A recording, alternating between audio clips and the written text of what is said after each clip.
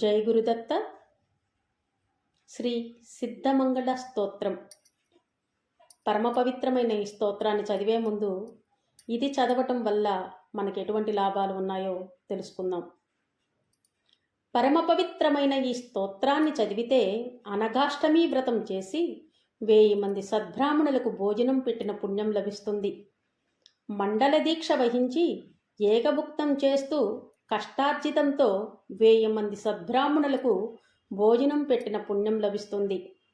దీని పఠనం వల్ల సిద్ధపురుషుల దర్శన స్పర్శనములు లభిస్తాయి. త్రికరణ శుద్ధిగా ఇది చదివినట్లయితే శ్రీపాదుల అనుగ్రహం లభిస్తుంది. ఇది చదివి శ్రీమదనంత శ్రీ విభూషిత పలలక్ష్మీ నరసింహరాజ జయ విజయీ భవ దిగ్విజయీ భవ శ్రీమదకండ శ్రీ విజయీ భవ. శ్రీ విద్యాధరి రాధ సురేఖా శ్రీరాకీధర శ్రీపాద జయ విజయీ భవ దిగ్విజయీ భవ శ్రీమదకండ శ్రీ విజయీ భవ.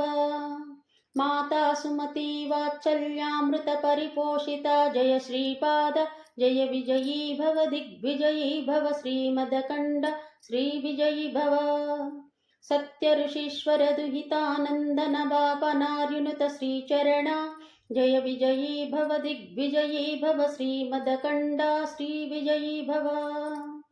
సవితృకాటక జైన పుణ్యఫల భరద్వాజ ఋషి గోత్ర సంభవ జయ విజయీ భవ దిగ్విజయీ భవ శ్రీమదకండ శ్రీ విజయీ భవ.